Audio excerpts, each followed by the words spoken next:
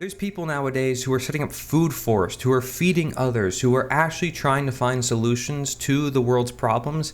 And they're solutions that a lot of people can actually disagree with. Are you going to disagree with feeding the world? I think that's an amazing thing. And so in this article, I'm going to be talking about this very nature of rebelling against the system. Is it really, or is it just building better systems?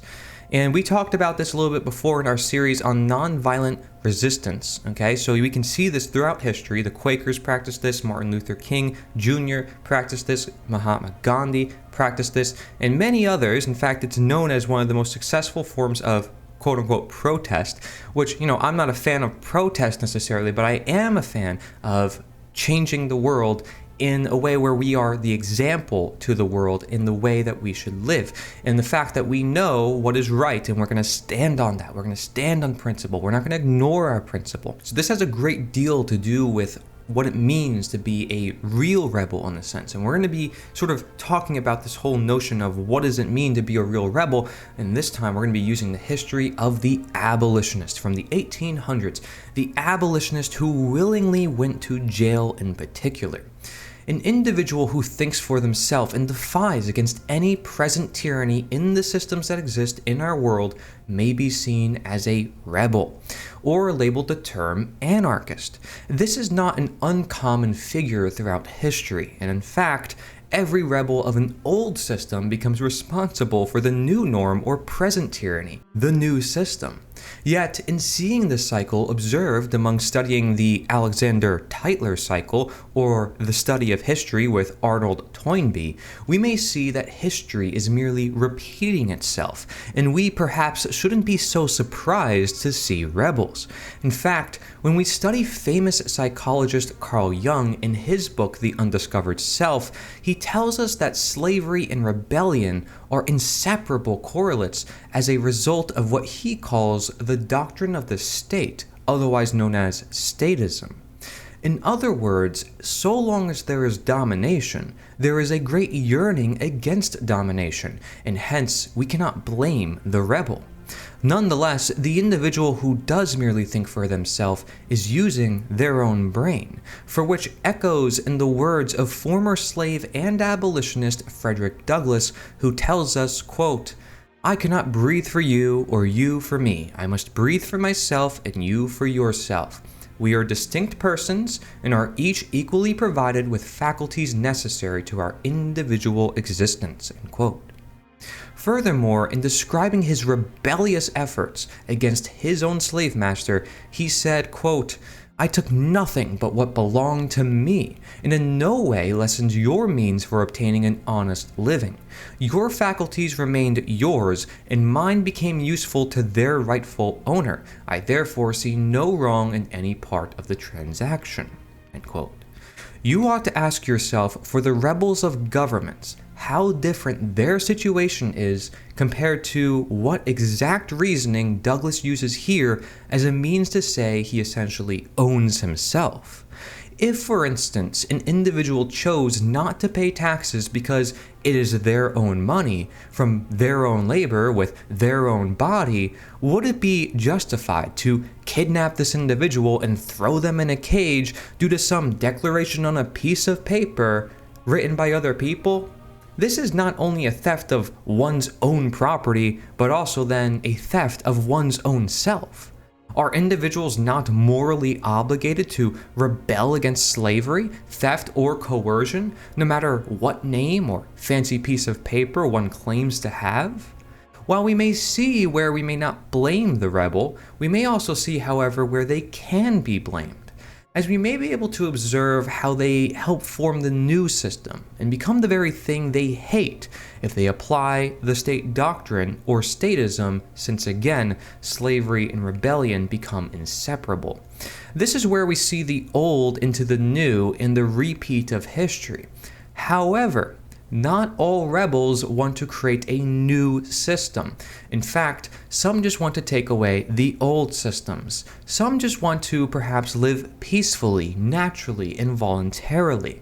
It is the difference between the rebel of coercion, who then employs new forms of coercion, and the rebel of coercion who uses moral suasion and embraces voluntarism and sets up voluntary systems and communities. Amazing. In addition to this, we may observe that the methods of both these rebels can vary. Though they may be seemingly justified since they did not throw the first punch, their methods can be counterintuitive, as in the case of not utilizing the nonviolent resistance in rebels like Martin Luther King Jr. or Mahatma Gandhi. We explored this concept in detail before. However, back to the main point at hand, we may grow curious and ask ourselves if there needs to be a new system to replace the old system. But perhaps the very framework by which we formulate such a system is the problem, regardless of what we use the framework for. In other words, the doctrine of the state may be the very problem, regardless of what exact political form or methods are employed by such a system. If we acknowledge that we aren't to determine a system by which we are to tell everyone how to live their own lives by use of violence, then we would not be falling into this doctrine or framework, and thus we would be the rebel who embraces voluntarism, or the idea that relationships between individuals should always be consensual. In this manner, the rebel doesn't take the place of the tyrant. The common individual remains among the common individual. There is equality and an abidance to the golden rule, as he allows everyone to live their own life in the way that they want to among himself. We don't need to look at famous rebellious figures in history, nor former slaves, and especially not the reactive rebels who throw fire in the streets to project their own hatred, in order to understand the rebel who is actually themselves. We can look no further than the often unspoken abolitionist of the 19th century, which not only warned us of chattel slavery, but of the political slavery between man and his God-complex slave fiction, the state. A simple look at history tells us of inspiring and courageous individuals who merely want to live their own lives, like most people ever do, but do not go the full way on the road to truth, as Buddha would tell us. Abolitionists such as Bronson Alcott, Henry David Thoreau, Robert Purvis, John Brown, Samuel Adair, W.W. Brown, John Collins, Charles Remond, and Charles Lane, these are just some that you can even find, were willing to go to jail for not paying taxes, and many of them did. Sometimes even worse things happened. In addition, prominent abolitionist William Lloyd Garrison of the Liberator newspaper would go to jail refusing to pay the state in a court case against his journalism against slavery. One should not be surprised to see lists online of hundreds and thousands of tax resistors, especially when we may observe people we may now call heroes for the simple act of keeping their own property for the sake of also helping others to keep their own property. The abolitionists did not stop at opposing slavery. They opposed the roots to such a symptom, as noted by individuals like Lysander Spooner, Salmon Chase, and Stephen Douglas, and that is the government itself. Many of these individuals built towns for the Underground Railroad, refused to vote, held anti-slavery meetings, nonviolent protest, and surrounded themselves with like minds to make oppression impossible and self-defeating. All this whilst also being censored, having the media attack and accuse them of atrocities, and not having the internet. For a peaceful rebel, a voluntarist, this should be the dream, and yet it was a reality many, many times throughout history, even at the toughest of times, because all it takes is just a little courage.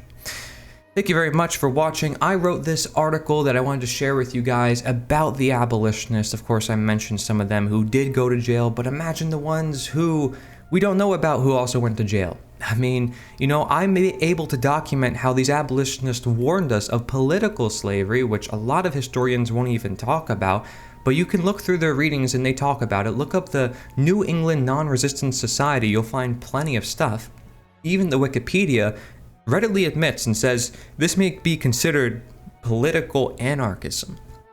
But it's a movement to end slavery, so how could slavery abolitionists be anarchists to the government? Well, perhaps it's because, one, the government supports slavery, and as Lysander Spooner said very much in detail, well, those systems wouldn't really permit an existence by everyday individuals if it wasn't for the assistance of the government, the propaganda, the support, the monopolization.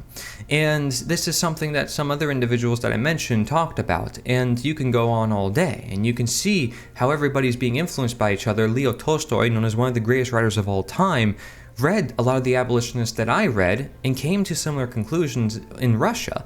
And he was talking about, well, wait, all law is essentially slavery. It's backed by violence, it is not peaceful, and it doesn't make society better. It actually creates the chaos it claims to be preventing. It claims that freedom is chaos and therefore we must justify a system created by man to control fellow man. And then people cry and say, well, man is a chaotic animal, and what are we going to do? This is why we need government. So they choose to put other men, who they call chaotic, into office. And they say, well, we're going to pick and choose which one is better. Now it's just all based on subjectivity, their own whim. It's all arbitrary. And yet humans think they're going to succeed, upholding a system that keeps falling over and over again, no matter which form you give it, no matter what name you give it. Thinking that they can play God in this universe and rule over their fellow man, they simply cannot do so. And there's ancient wisdom that also tells us about this. And I did a 5-part massive seminar about this, which I highly recommend checking out. It's called Tao, the way of nature. If you don't know about Taoist philosophy, it's ancient, esoteric Chinese philosophy. This goes back thousands of years, and yet it talks about exactly what I'm talking about. This is not a new concept. There were rebels even back then. Lao Tzu, the writer of the Tao Te Ching, second most translated work next to the Bible. He left society because of that society being controlling. Confucianism taking control, saying we need laws to control people, to create order in society. And it didn't make things better. Zhuangzi and Lao Tzu knew this. And that's why their message is ever going to increase with time. And that's why I made that presentation. So be sure to check it out if you want to.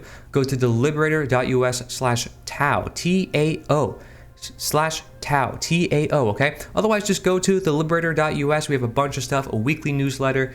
You can network, send us your server. We'll share it among everybody else so you can network more. Your activism, your articles, everything. Get involved, share your message, share your humanity. Thank you very much for watching.